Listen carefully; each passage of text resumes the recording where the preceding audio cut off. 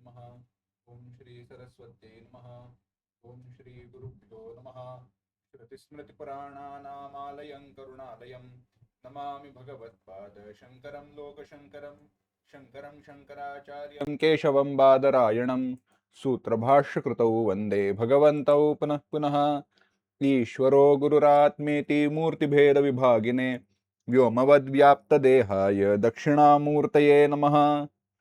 योऽन्तः प्रविश्य मम वाचमिमां प्रसुप्तां सञ्जीवयत्यखिलशक्तिधरस्वधाम्ना अन्यांश हस्तचरणश्रवणत्वगादीन् प्राणान् नमो भगवते पुरुषाय तुभ्यम्. सच्चिदानन्दरूपाय विश्वोत्पत्त्यादिहेतवे तापत्रयविनाशाय श्रीकृष्णाय वयं नमः.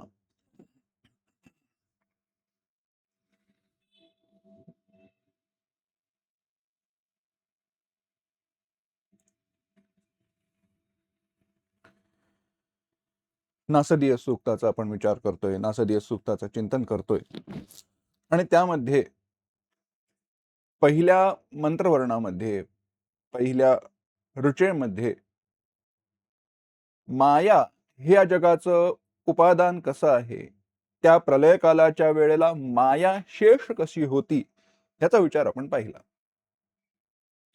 ती माया जी त्यावेळेला शेष होती ती ब्रह्माश्रया होती आणि त्यावेळेला ब्रह्म प्राणाच्या अभावामध्ये प्राणन करत होतं. ह्याचं वर्णन दुसऱ्या मंत्रवर्णामध्ये आलं. त्यावेळेला अन्य काही नव्हतं, ती माया होती, पण ती कशी होती? आनीदवातम स्वदया एकम. त्यावेळेला ते परब्रह्म, ते चैतन्य तत्व आनीत अवातम, अवातम आनीत, प्राणन न करता, श्वासोच्छ्वास न करता ते प्राणन करीत होतं. त्यामुळे प्राणस्य प्राण हे जे अन्यत्र वर्णन आलेलं आहे त्याद्वारे ते परब्रह्म चैतन्य तो पुरुष त्यावेळेला होता हे स्पष्ट केलं. परंतु तो पुरुष हा त्या मायेचा आधार होता आणि माया त्यापासून स्वधया एकम अभिन्न होती हे सांगितलं. आता हे वर्णन कशासाठी? तर त्या परब्रह्माचं अभिन्न निमित्तोपादानत्व सांगण्यासाठी. ते अभिन्न निमित्त उपादान कारण कसं आहे आणि त्यावेळेला स्वभूतेन निमित्त कारणम आणि स्वाश्रय किंवा आपल्या उपाधी प्रधानतया उपाधीने उपादान कारण कसं याचा विचार आपण पाहिला. त्याचा पुन्हा एकदा संक्षेपाने विचार करत असताना लक्षात असं घ्या, या मंत्रवर्णांमधनं ज्याचा निर्देश केलेला आहे ते तत्व असं आहे की हे जग ज्याच्यापासून निर्माण झालं ते एकच आहे. पण ते जे एक आहे त्याच्यापासून ज्या वेळेला हे जग निर्माण झालं त्याच्यामध्ये उपादान कारणत्व आणि निमित्त कारणत्व, त्या कारणाच्या ठिकाणी कसं मानायचं? तर अधिष्ठानभूत जे चैतन्य आहे ते अधिष्ठान रूपाने, अधिष्ठान असल्यामुळे निमित्त कारण आहे आणि त्याच्यावरती आरोपित झालेली माया ते अज्ञान हे त्या जगाचं उपादान कारण आहे. हा भेद लक्षात घेतला पाहिजे की मग पुढचं सोपं होतं. मग ते माया जी जड आहे, चैतन्य जे चेतन आहे ते तमः प्रकाशवत विरुद्ध धर्म स्वभावयो हो इतरेतर भावानुपपत्तौ सिद्धायाम इतरेतर भावानुपपत्तीही. अध्यास भाष्याचा संदर्भ येतो. आक्षेप तिकडे घेतला गेला, हे कसं शक्य आहे?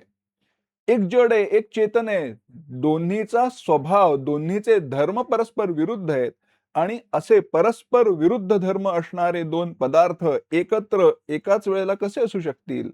त्यांच्यामध्ये संबंध कसा प्रस्थापित होईल? तर त्यासाठी वर्णन सांगितलं, त्याच्यासाठी उत्तर दिलं. तो आध्यासिक संबंध आहे. अध्यासाने तो निर्माण झालेला आहे, तेच अज्ञान आहे आणि त्याचाच विनाश केला पाहिजे तर मोक्ष मिळतो. आता ते सांगून झालं. मग तसं असेल तर मग प्रश्न असा निर्माण होतो, ठीक आहे मान्य, ते अभिन्न निमित्त उपादान कारण होतं जगाचं, पण मग आम्हाला सांगा की या जगाची उत्पत्ती कशामुळे झाली, का हे निर्माण झालं? मग त्याचं उत्तर देताना त्याच्या आधी संदर्भ दिला, की ही सृष्टी वेगळी काही स्वतंत्र निर्माण झाली नाही. जे काही निर्माण करायचंय तेच अव्यक्त रूपाने त्या मायेमध्ये आधीपासूनच होतं. हे संपूर्ण जे काही नामरूपात्मक जगत आहे, ही चतुर्दश भुवन आहेत, ती सर्व ज्यावेळेला प्रलयामध्ये लयाला गेली होती, ती त्या मायेमध्येच होती. त्या मायेपासून भिन्न नव्हती. त्या मायेनेच ती आवृत्त झालेली होती. चतुर्दश भुवनांचा विचार करत असताना, किमावरी वहा कुहकस्य शर्मन पहिल्या मंत्रामध्ये. आवरण नव्हतं त्यावेळेला. काय आवरण करेल? हा आवरणाचा जो संबंध आला, तिकडे आपण म्हटलं, की जी सप्तावरण आहेत, पंचमहाभूत, महत, अहंकार आणि प्रकृती यांचं आवरण चतुर्दश भुवनांवरती त्या व्याकृत दशेमध्ये उत्पन्न झालेलं असताना देखील असतं. पण त्यावेळेला ज्यावेळेला प्रलयामध्ये ती एकीभूत झाली होती, त्यावेळेला ती अज्ञानाने झाकली गेली होती. त्यावेळेला ती वेगळी दिसत नव्हती. कसं? जसं दूध आणि पाणी एकत्र झाल्यावरती ते वेगळं दिसत नाही, तसं त्याच्यामध्ये आपल्याला भेद करता येत नाही. दुधात पाणी मिसळल्यानंतर दुधाचा प्रभाव एवढा असतो, दूध एवढं बलवान असतं, की त्यामुळे त्यात पाणी मिसळलंय हे कळत नाही. तसं किंवा ते झाकलं कसं गेलं होतं, जसं अंधारामुळे सर्व गोष्टी झाकल्या जातात तसं. आता इथे दृष्टांताची गंमत बघा. तुम्हाला अज्ञात जागेमध्ये ज्याच्याबद्दल काही माहिती नाही, काहीही भान नाही. अशा जागेमध्ये, अशा ठिकाणी त्या मिट्ट काळोखामध्ये नेऊन उभं केलं. तर त्यावेळेला तुम्हाला काय कळेल? घनांधकारामध्ये जिथे मिट्ट काळोख आहे, काही कळत नाही, त्या ठिकाणी तुम्हाला नेऊन उभं केलं. काय कळेल? काही कळत नाही. ह्याचं कारण असं आहे.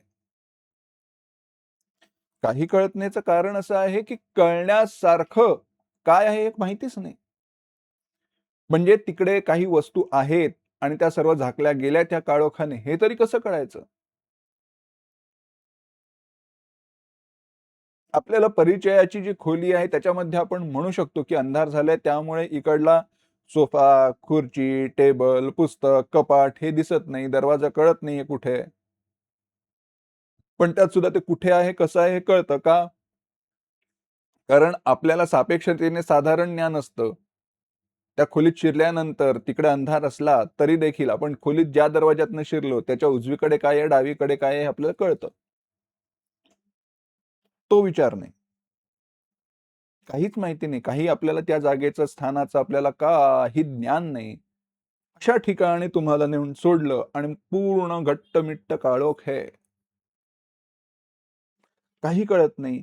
तेच त्या प्रलय कालामध्ये होतं. ते जे जग आहे, जे अव्याकृत झालं होतं, ते लयाला गेलं होतं. ते तिकडे असून देखील कळत नव्हतं. झाकलं गेलंय हे देखील कळत नव्हतं. का? कारण झाकलं गेलंय हे कळावं, तर स्वतंत्र कोणाची तरी सत्ता पाहिजे, ती देखील नव्हती. त्यावेळेला मृत्यू नव्हता, अमृत नव्हतं, काही नव्हतं. सगळ्यांच्या सगळं लयाला गेलं होतं आणि एकीभूत कसं झालं होतं? मग पुन्हा जो दृष्टांत दिला दुसरा, दुधामध्ये थोडं पाणी मिसळल्यानंतर ते दूध एवढं असतं, की त्याच्यामुळे त्यात पाणी मिसळलंय हे कळत नाही. त्याच्यामध्ये पाणी मिसळलंय हे कळत नाही. मग जर असं असेल, दूध एवढं प्रभावी असेल, एवढी त्याच्यामध्ये शक्ती असेल, तर त्या दुधाच्या आवरणाला झाकून ते पाणी बाहेर कसं आलं? त्यात पाणी आहे हे कसं कळलं?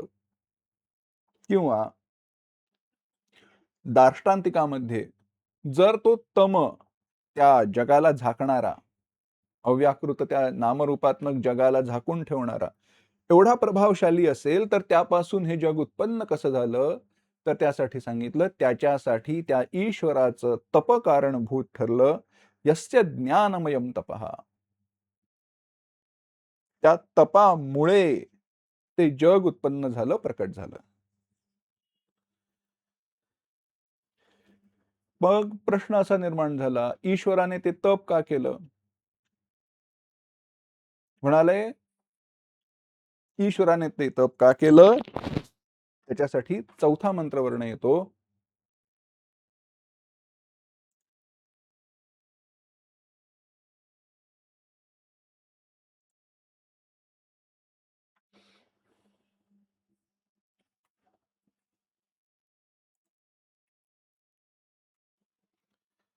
कामस्तदग्रे समवर्तताधि मनसोरेतः प्रथमं यदासीत् सतो बंधुमसतीन रविंदन हृदि प्रतीक्ष्या कवयो मनीषा. या मंत्रवर्णातला अत्यंत महत्वाचा जो भाग आहे तो कामस्तदग्रे समवर्तताधि मनसोरेतः प्रथमं यदासीत, हा जो पहिला अर्धा चरण आहे, पहिली अर्धली आहे, तो आहे. का असं? कारण त्याचा संदर्भ तत्वाशी आहे, तत्वज्ञानाशी आहे म्हणून. म्हणाले काय? कामहा तत् अग्रे आसन. त्या सृष्टीच्या उत्पत्तीची इच्छा का निर्माण झाली? तर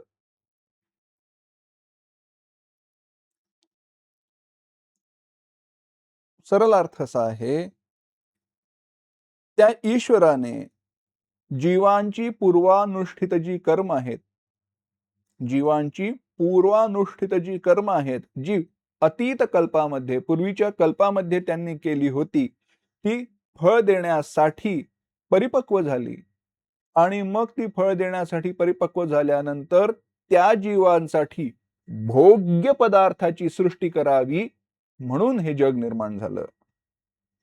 आणि त्यामुळे मग त्या जगाच्या उत्पत्तीची इच्छा त्याच्या अंतःकरणात निर्माण झाली. मग ते का? त्या इच्छेचं कारण काय आहे? तर जीवांचं अविद्या काम कर्म. जीवांच्या अविद्या काम कर्म, अंतःकरणामधली जी कर्म वासना आहे ती मायेमध्ये विद्यमान होती. आणि मग जीवांद्वारे अनुष्ठित जी शुभाशुभ कर्म आहेत ती, त्या वासना त्या फलोन्मुख झाल्यानंतर परमेश्वरामध्ये सिसृक्षा, सृष्टुम इच्छा, ही सृष्टी निर्माण करण्याची इच्छा निर्माण झाली. हेच सिसृक्षा संदर्भ चौथ्या मंत्राचं सार आहे. आता विस्तार करू. सुगुर्या चंद्रमसौ धाता यथा पूर्वम कल्पयत. मंत्र येतो. सूर्य, चंद्र हे सर्व जे काही आहे ते धाता विधात्याने, ब्रह्मदेवाने यथापूर्वम, जसं पूर्वी होतं तसंच अकल्पयत, निर्माण केलं.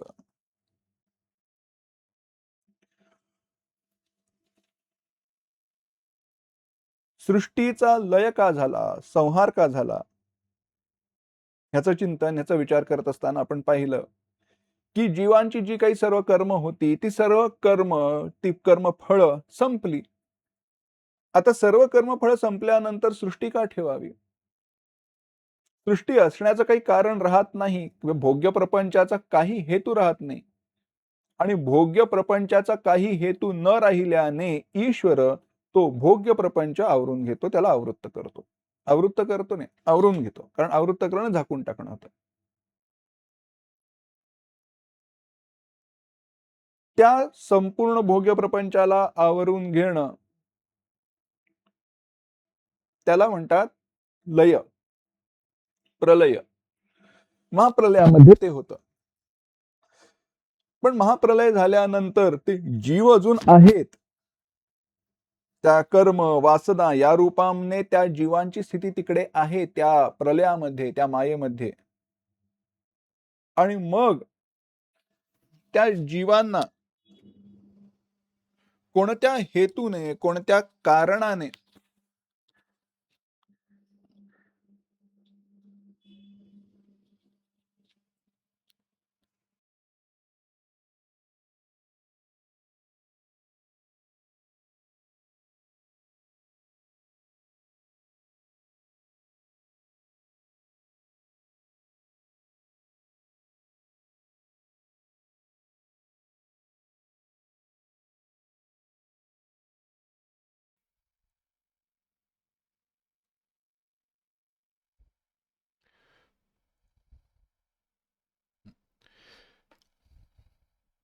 कोणत्या हेतूने, कोणत्या कारणाने पुन्हा जन्म घ्यावा लागतो, तर ती जीवांची पूर्वीची कर्म असतात.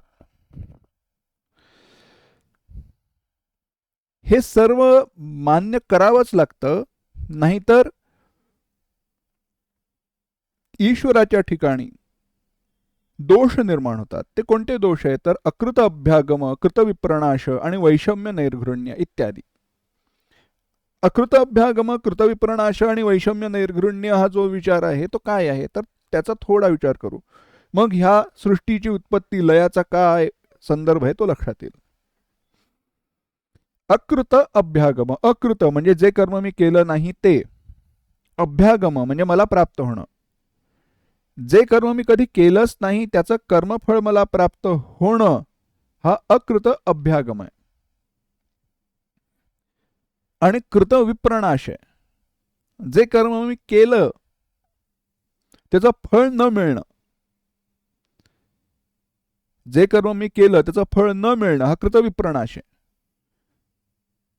त्यामुळे जर माझी सर्व कर्मफळं, माझं सगळं प्रारब्ध संपलं तरी जग चालू आहे, त्यामुळे मला इथे या जगामध्ये राहावं लागतंय, चालत नाही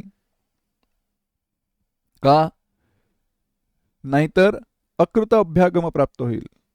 माझं प्रारब्ध संपलंय तरी देखील मी जगामध्ये आहे आणि मला भोग भोगावे लागतायत. कोणते भोग? ज्याच्यासाठी मी कर्म केलं नाही, असं चालत नाही. म्हणून सगळ्या जीवांची ती प्रारब्ध ती संपल्यानंतर, परिपूर्ण झाल्यानंतर, त्यांची भोगून संपल्यानंतर तो प्रलय होतो. आणि मग कृतविप्रणाश मी केला. काय केला? अश्वमेध यज्ञ केला. एक नव्हे 100 अश्वमेध यज्ञ केले. त्या 100 अश्वमेध यज्ञांचं फळ काय? इंद्रपदाची प्राप्ती. प्रलय झाला आणि ईश्वराने म्हटलं नाही रे, कंटाळा आला, मला करायचीच नाही सृष्टी, जाऊ देत, राहू देत, स्किप करू. मग माझे 100 अश्वमेध यज्ञ वाया गेले ना, त्याचं फळ मिळालं नाही, असंही चालत नाही. त्यामुळे त्याच्यासाठी पुन्हा सृष्टी निर्माण करावी लागते. मग आता तो जो ईश्वर आहे त्याच्या अंतःकरणामध्ये त्या सृष्टीच्या उत्पत्तीची इच्छा तरी का निर्माण व्हावी? तो तर अविकारी आहे. तर त्याच्यासाठी सांगितलं नाही, तो अविकारी जरी असला तरी जीवांची जी कर्म आहेत ती प्रवृत्त होतात आणि त्यामुळे त्यांना उपभोग्य जग द्यावं म्हणून सृष्टी निर्माण करण्याची इच्छा त्या ईश्वराच्या अंतःकरणामध्ये निर्माण होते. हेच तैत्तिरीय श्रुतीमध्ये स एकाकी न रेमे तदैक्षत बहुस्याम प्रजा येयैती. स एकाकी न रेमे ऐत्तिरीय श्रुती आहे. स एकाकी न रेमे, त्याला एकट्याला कंटाळा आला, त्याला एकट्याला राहुलं नाही, म्हणून काय केलं? म्हणाले कोणाकोणाची पाळी आहे आता? विनोदाने घ्या. आता जन्म घ्यायची कोणाची पाळी? कोण कोण येणारे जन्माला? चला या लाईनीत उभे राहा, करा ही सृष्टी. मग ज्यांना ब्रह्मा व्हायचं होतं, ज्यांना इंद्र व्हायचं होतं, ज्याला अग्नी व्हायचं होतं, सगळे पुन्हा. तर त्या भोग्य प्रपंचाची उत्पत्ती झाली. स्वकाम आहेत आणि मग काय? तदैक्षत, आणि मग तेवढं करून चालत नाही. तत्सृष्ट्वा तदेवानुप्राविशत, त्याची सृष्टी करून, ती उत्पत्ती करून, तद अनुप्राविशत, त्याच्यामध्ये त्याने प्रवेश केला. हे होणं आवश्यक आहे. का? कारण केवळ सृष्टीची उत्पत्ती होऊन चालत नाही, ती जडच राहते. त्याच्यामध्ये जोपर्यंत ईश्वर चेतनत्वाने प्रवेश करत नाही तोपर्यंत ते होत नाही. आता ही सिसृक्षा म्हणजे स्रष्टुम इच्छा किंवा हा जो काम आहे तो भगवंतांचाच अंश आहे. भागवतामध्ये कामस्तु वासुदेवांशो असं वर्णन आलं.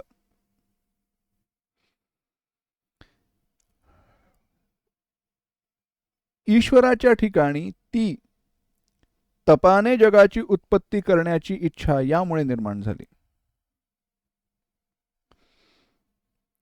आता इथे एक क्रम लक्षात घ्या.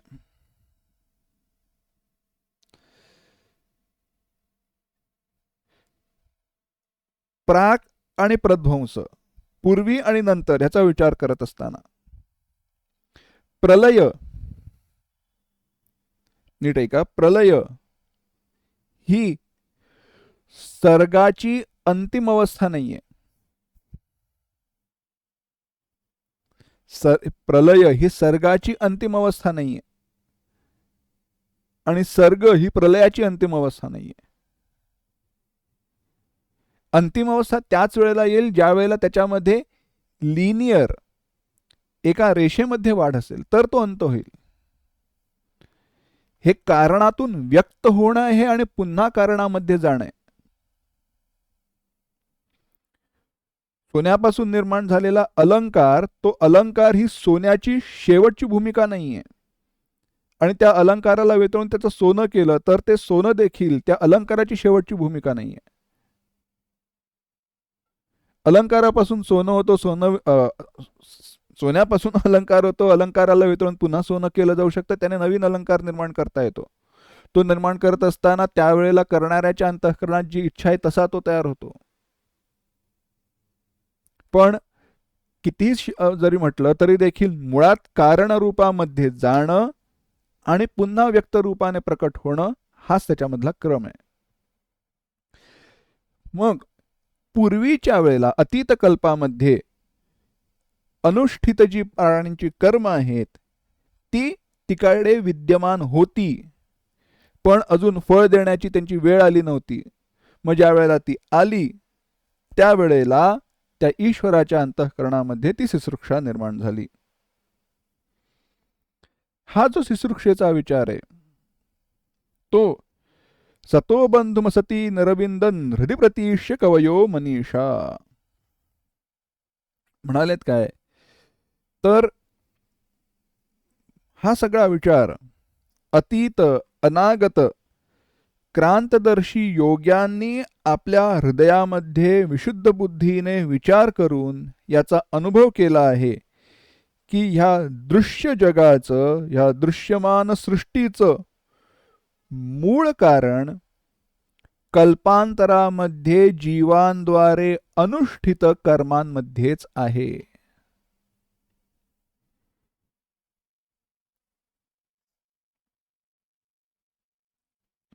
सतो बंधुम असती,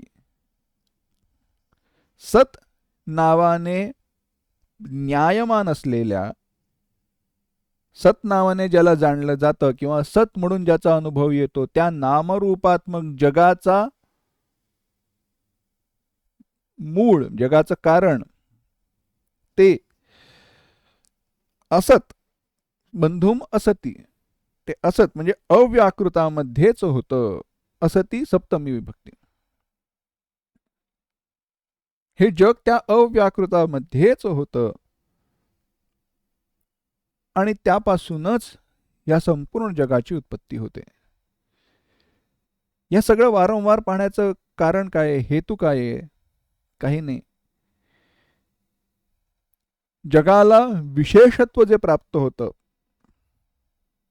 जगाला विशेषत्व जे प्राप्त होतं ते जीवांच्या कर्मानुरूप प्राप्त होतं आणि जे सामान्यत्वाने निर्माण होतं ते ईश्वर निर्माण करतो.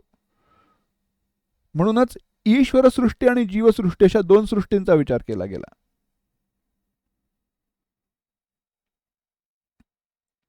ईक्षणादि प्रवेशांता सृष्टिरीशेन कल्पिता बंधादि मोक्षपर्यंता सृष्टिर्जीवेन कल्पिता. ईश्वराने ईक्षण केलं आणि हे जग निर्माण केलं बस. पण त्यामध्ये हा माझा, माझी, माझं, हे माझ्यासाठी, हे माझ्याकडून, हा सगळा विचार जीवाने निर्माण केला, ती जीवसृष्टी आहे. मांसमय्याद्यभेदेपि भिद्यते हि मनोमयी माता सस्रा ननंदाच जामात दुहित्रा जामाता दुहित्रा तथा. दुसरं चरण थोडं वेगळं आहे पण दृष्टांत हेच सांगतो ती एकच स्त्री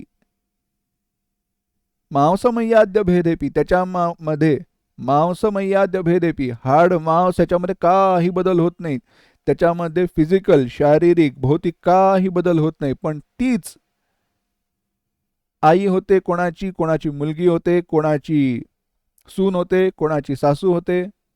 मुलाच्या बाबतीतही तेच, बाप मुलगा भाऊ सासरा, ही जीवसृष्टी आहे आणि त्याचं कारण सांगितलेली ती कर्म आहेत. अशा प्रकारे त्यापासून या संपूर्ण सृष्टीची उत्पत्ती झाली. मग म्हणाले की तुम्ही नासदासीत, त्यावेळेला ती माया होती. मग कामस्तदग्रे मनसो रेतः, या सगळ्यांनी या सृष्टीच्या उत्पत्तीचा विचार सांगितला. पण मग ती कशी निर्माण झाली? क्रमाने निर्माण झाली का एकदम निर्माण झाली? तर त्याचं उत्तर देताना म्हटलं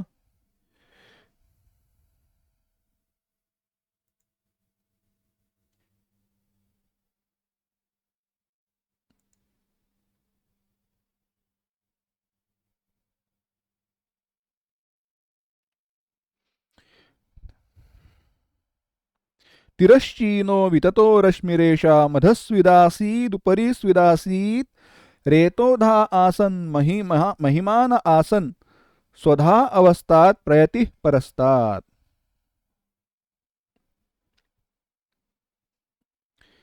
तिरश्चिनः येषां रश्मिः विततः आसीत. आकाशादी कार्यप्रपंचाच्या उत्पत्तीमध्ये जगाचं कारणभूत असणारी ईश्वराला अधिष्ठित असणारी अविद्या काम कर्म, याच्यापासून सूर्यरश्मी सदृश कार्यप्रपंचाची विस्तृत उत्पत्ती झाली. आता काय अभिप्राय ह्याचा असा आहे की आपण पूर्ण अर्थ पाहू मग लक्षात येईल. जगाच्या उत्पत्तीचं मूळ कारण अविद्या काम कर्म यामध्ये आहे. अविद्येमुळे काम इच्छा निर्माण होते, मग त्या इच्छेच्या प्राप्तीसाठी कर्म होतं, कर्माचं कर्मफळ मिळतं आणि मग त्या फळानुसार जगाची सृष्टी होते. ज्याप्रमाणे सूर्याची किरणं एकत्रच येतात आणि एका क्षणामध्ये संपूर्ण अंधाराचा नाश करतात, त्याच्यामध्ये असा क्रम सांगता येत नाही, आधी इथपर्यंत, आधी मग इथपर्यंत, इथपर्यंत, इथपर्यंत, इथपर्यंत. हां, तो क्रम दिसत असला तरी अनुभवास येत नाही. क्षणार्धात संपूर्ण सृष्टी निर्माण होते. त्याप्रमाणे अविद्या काम कर्म यांची किरण एकाच वेळेला संपूर्ण कार्यवर्गाची सृष्टी करते. एकाच वेळेला संपूर्ण कार्यसृष्टी निर्माण होते. आधी काही मधलं निर्माण झालं, मग वरचं, मग खालचं, असं काही त्याच्यामध्ये नाही. कोणाच्या माध्यमातनं ही सृष्टी तिरश्चिनः अधः उपरी, आधी मधलं काही निर्माण झालं, मग खालती निर्माण झालं, मग वरती निर्माण झालं, असं आहे का? तर त्याच्यामध्ये क्रमाचं निर्धारण नाही आहे. त्या क्रमाचं निर्धारण तिकडे करता येत नाही. पण या सृष्टीच्या उत्पत्तीमध्ये, या सृष्टीमध्ये काही रेतोधा होते आणि काही महिमान होते, काही भोगते होते, काही भोग्य होतं. मायासहित परमेश्वराने, मायासहित असणारा परमेश्वर, त्याने संपूर्ण जगाची सृष्टी करून तत्सृष्ट्वा तदेवानुप्राविशत, त्याच्यामध्ये प्रवेश केला आणि स्वतःच भोग्य आणि भोक्ता हा विभाग निर्माण केला.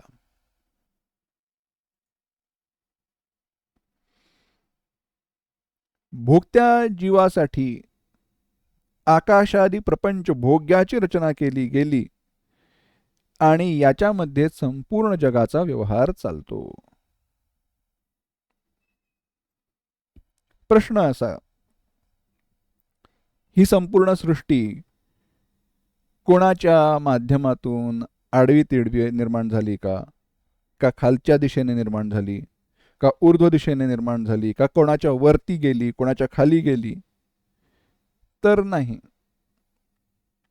जसं सूर्य उगवल्यानंतर त्या सूर्याच्या प्रकाशामध्ये सर्व दिशा उजळून निघतात, त्याच्यामध्ये क्रम सांगता येत नाही, त्याचप्रमाणे ही संपूर्ण सृष्टी एकाच वेळेला निर्माण झाली, त्याच्यामध्ये क्रम सांगता येत नाही. त्या क्रमाच्या विवक्षेची दुर्विज्ञ येत आहे. तो क्रम स्पष्टपणे सांगता येत नाही, क्रम सांगणं कठीण होतं.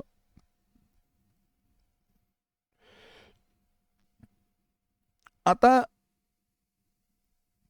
थोडं मागे जाऊ, थोडा यालाच समांतर असणारा विषय घेऊ. वेदांतामध्ये ज्या वेळेला सृष्टीच्या उत्पत्तीचा विचार येतो, त्यावेळेला भिन्न भिन्न प्रकारे सृष्टीच्या उत्पत्तीचं वर्णन केलं गेलंय. मग ते पंचीकरण असेल, त्रिवृत्करण असेल, काही असेल, तो त्या चिंतनाचा विषय नाही. परंतु त्याचं वर्णन करत असताना फार काय, पुराणांमध्ये भिन्न भिन्न प्रकारे सृष्टीची उत्पत्ती सांगितली, भिन्न पुराणांमध्ये भिन्न प्रकारे आली. पण त्या सगळ्या वर्णनाचं कारण, हेतू हा त्या सृष्टीच्या उत्पत्तीचा विचार सांगण्याकडे नसून सृष्टीच्या उत्पत्तीचं कारण असणारा परमात्मा सांगण्याकडे.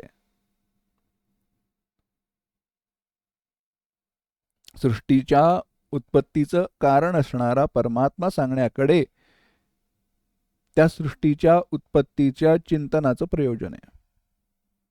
आम्ही सृष्टीची उत्पत्ती का सांगतो, ती सृष्टी आम्हाला वर्णन करून सांगायची आहे म्हणून नव्हे, त्याचं कारण असणारा परमात्मा सांगायचा आहे म्हणून.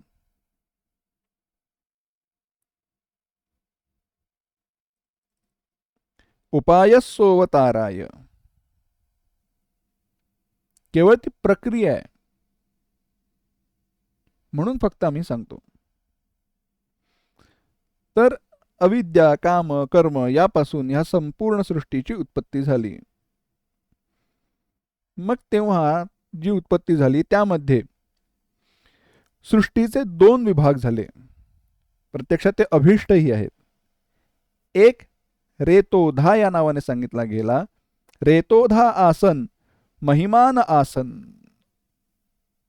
एक रेतोधा झाला आणि एक महिमान झाला. रेतोधा म्हणजे काय, तर रेतसो बीजभूतस्य कर्मणो विधातारः. कर्मणो विधातारः, बीजरूप कर्माचा विधाता, करता, भोगता जो जीव आहे तो, आणि महिमानः, महांतः, आकाशादी जे भोग्य आहे ते. आता हे दोनही विभाग, भोग्य आणि भोक्ता, परमेश्वरच झाला. त्याने संपूर्ण सृष्टीची उत्पत्ती करून त्याच्यामध्ये प्रवेश केला आणि जगाचं भोक्ता आणि भोग्य या रूपाने विभजन केलं. त्या दोन्हीमध्ये, भोक्ता आणि भोग्य दोन्हीमध्ये स्वधा, अन्न, भोग्य हे भोक्त्यापासून अवर, कनिष्ठ होतं. भोक्ता पर, उत्कृष्ट होता. का, कारण भोक्त्यासाठी भोग्य पदार्थांची उत्पत्ती केली. भोक्तृप्रपंच,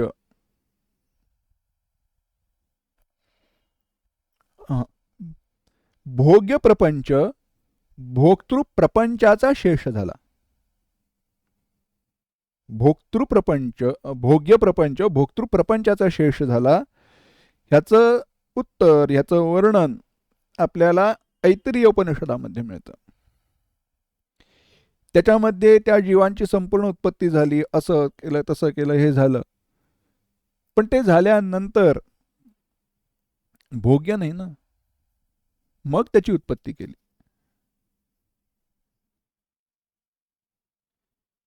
तात्पर्य, ज्याच्यासाठी निर्माण केलं तो महत्वाचा, जे निर्माण केलं ते कनिष्ठ. म्हणून भोग्य प्रपंच हा अवर झाला आणि जो भोक्ता आहे तो श्रेष्ठ ठरला.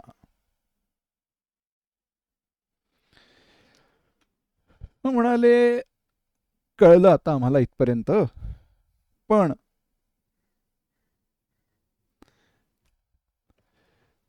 हे ते जे ब्रह्म आहे ते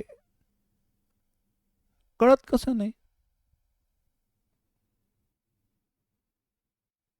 आम्ही त्या प्रलय काळामध्ये जर का त्या परब्रह्माशी एक होत असू तर ते कळत का नाही? ते ब्रह्म इदम इत्थम असं सांगता येत नाही. ते जगाचं कारण असून देखील हे सांगण्यासाठी जगत कारण दुर्लक्षता संदर्भ हा सांगणारा 6वा मंत्र येतो. त्यामध्ये म्हटलंय,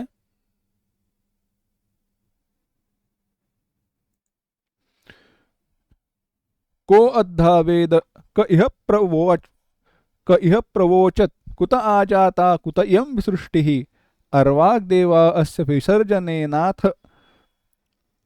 विसर्जनेनाथा को वेदयत आबभूव.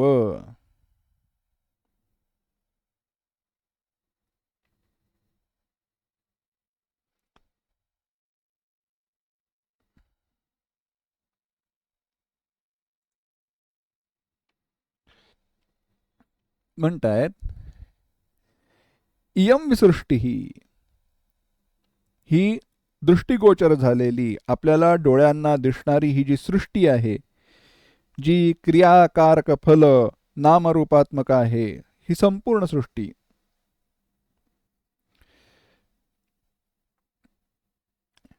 ज्या उपादान कारणापासून अथवा ज्या निमित्त कारणापासून प्रकट झाली त्या तथ्याला त्याला परमार्थतः तत्वतः कोण जाणतो?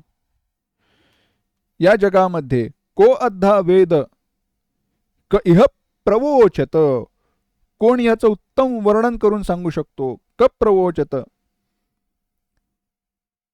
कुत आजाता कुत इयं विसृष्टी, या भूतभौतिक प्रपंचाचं विसर्जना झाल्यानंतर मन वाणी इंद्रिय आदी देवतांची सगळ्यांची उत्पत्ती झाली. मग तसं असेल तर त्या मूळ कारणाला कोण उत्तम प्रकारे जाणू शकेल? आणि ती अनिर्वचनीय असेल तर त्याचं उत्तम प्रकारे वर्णन कोण करून सांगू शकेल? सृष्टीचं जे मूल तत्व आहे ते दुर्विज्ञेय आहे, सहजतेने जाणता येत नाही. ह्याचं कारण असं आहे, जी वस्तू जाणली जाते ती जड विकारी असते आणि ज्याचं कारण रूपाने आपण अनुमान करतो, ज्याला आपण कारण रूपाने जाणतो ते देखील नश्वर आणि आपल्याहून भिन्न असतं. अशा परिस्थितीमध्ये कार्यकारणाचं प्रकाशन करणारं अधिष्ठानभूत असणारं स्वयंप्रकाश जे प्रत्येक ब्रह्म आहे, जे परब्रह्म आहे, त्याला विषय कसं केलं जाऊ शकतं? तर केलं जात नाही. इथं पुन्हा नासदीय सूक्त आपल्या मूळ पदावरती येतं. सहज सोपं सांगून झाल्यानंतर नासदीय सूक्त म्हणतं, को अद्धा वेद, त्याला कोण जाणेल? कोणी जाणू शकत नाही. क इह प्रवोचत, कोण त्याचं वर्णन करून सांगू शकेल? कोणी सांगू शकत नाही. कुत आजाता कुत इयं विसृष्टी, ही कुठून विस्तार पावली? कुत इयं विसृष्टी, कोण हे विस्तारपूर्वक सांगू शकेल? कोणी नाही.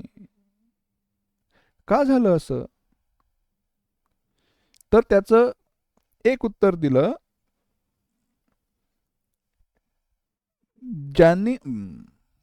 ज्यांनी वर्णन करावं तेच या सृष्टीच्या अंतर्गत सृष्टीनंतर निर्माण झालेत, हे सृष्टीबरोबर निर्माण झालेत. तर कार्यरूपामध्ये असलेल्या त्यांना कारणाचं ज्ञान कसं होईल?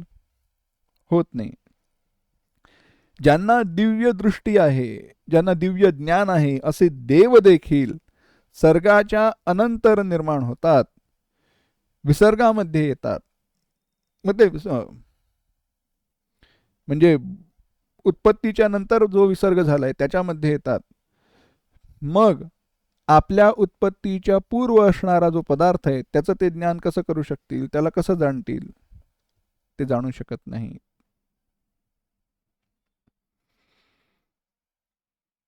आता याचा सैद्धांतिक विचार करू.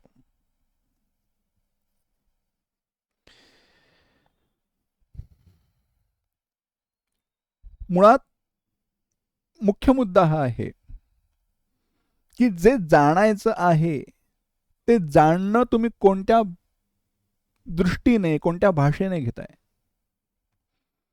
ज्या वेळेला मी एखादा पदार्थ जाणतो त्यावेळेला तो पदार्थ माझ्याहून भिन्न असतो. उदाहरणार्थ ही डबी, ही माझ्याहून भिन्न आहे, त्यामुळे मी हिला पाहू शकतो.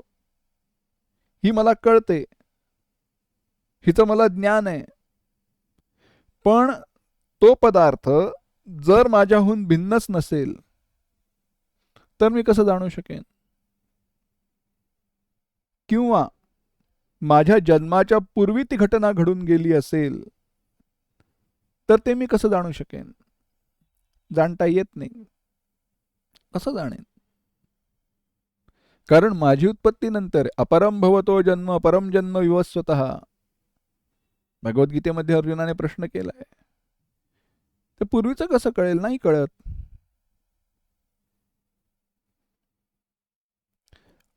तसंच आणि दुसरं, यद दृष्टम तज्जडम तन्मर्त्यम, ज्याचं काही म्हणून ज्ञान होतं द्वैतारूपाने, ते जड आहे,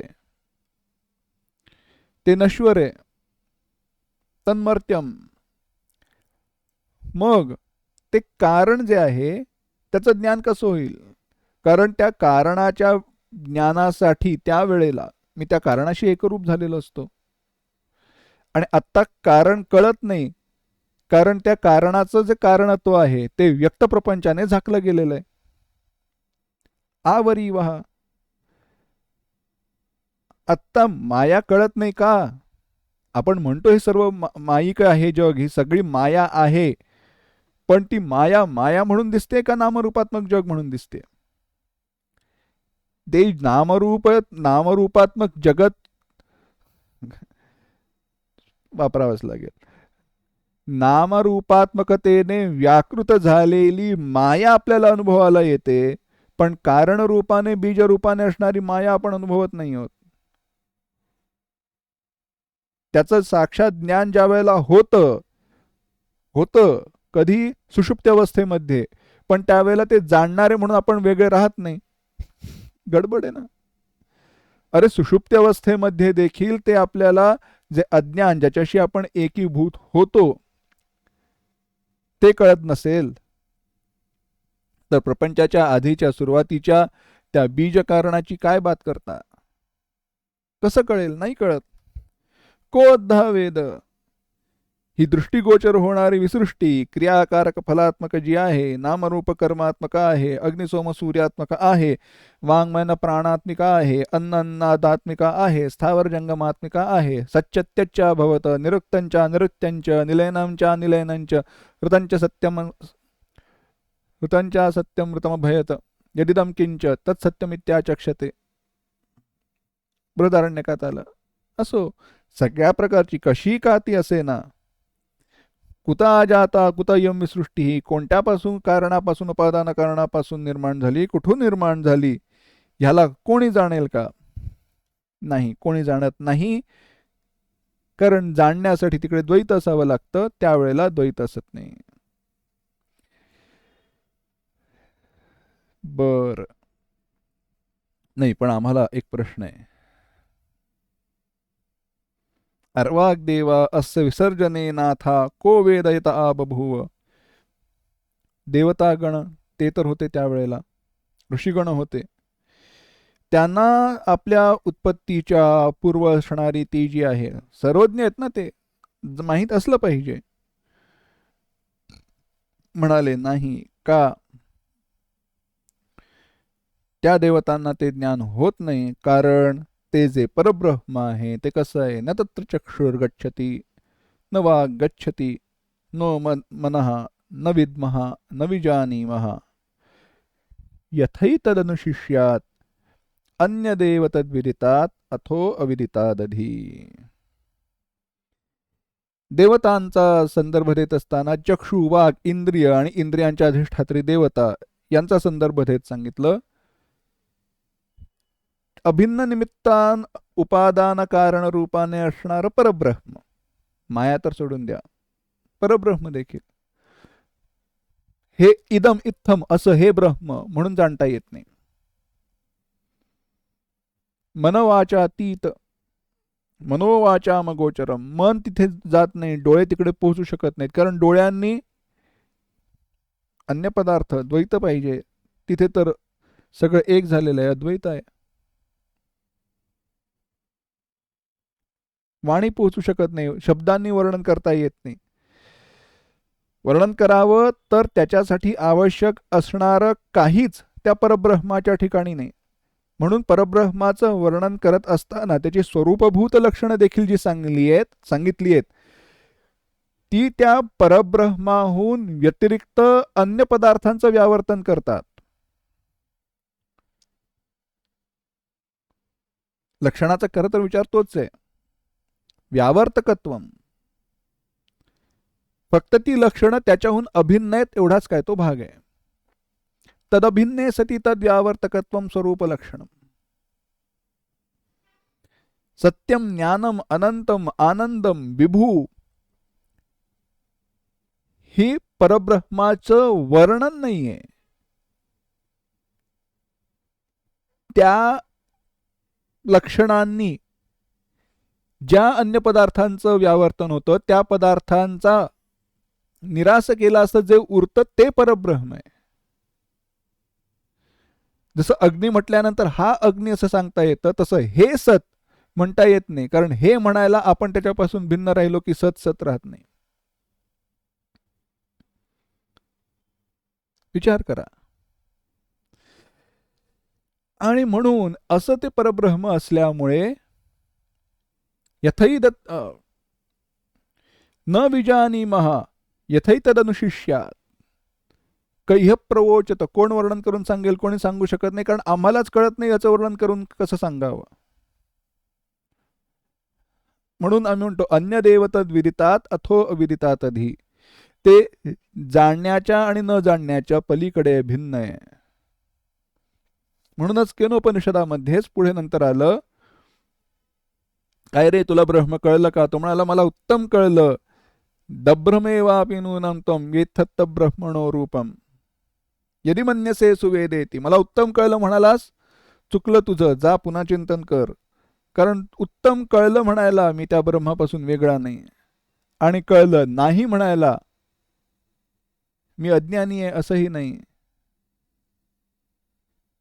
म्हणून ते त्याचाच संदर्भ देत असताना, तेच सांगत असताना नासदीय सूक्त उलट म्हणतं, कोण जाणतं? कोणी जाणू शकत नाही, कोणी त्याचं वर्णन करू शकत नाही. म्हणजे काय? ते जाणण्याच्या आणि वर्णन करण्याच्या पलीकडे आहे. ते जे काही बीजरूपाने असणार, ते जे काही कारण आहे, ते आपण ज्याला जाणणं म्हणतो, आपण ज्याला वर्णन करणं म्हणतो, आपण ज्याला मूळ म्हणतो, आपण ज्याला कारण म्हणतो, त्या सगळ्याच्या ते पलीकडे. मग असं का सांगितलं? काही नाही, आपण तसे प्रश्न विचारले म्हणून आधी वर्णन केलं.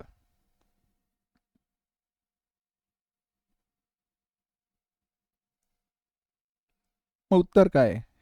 काही नाही. आम्ही याला जाणतो असंही म्हणत नाही आणि याला आम्ही जाणत नाही असंही म्हणत नाही. हे सगळं जे काही आहे, सर्वं खलु इदं ब्रह्म तज्जलान. जे काही आत्ता आम्हाला अनुभवास येत आहे ते देखील बाधसामानाधिकरण्याने ब्रह्मच आहे, आणि त्यावेळेला जे होतं ते देखील ब्रह्मच होतं. असा लक्षित विचार.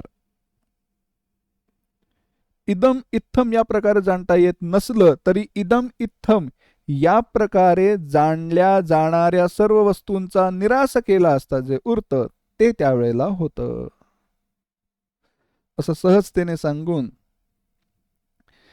जगत सर्जनाची जी दुर्विज्ञेयता आहे आणि त्याच्याच तुल्य म्हणजे त्याच्या समान जगाची दुर्धरता आणि दुर्विज्ञेयता जी आहे त्याचं वर्णन करून सांगणार आहेत.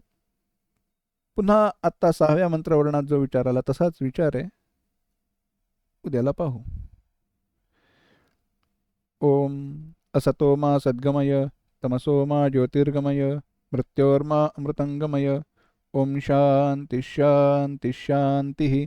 हरि ओम श्री गुरुभ्यो नमः. हरि ओम.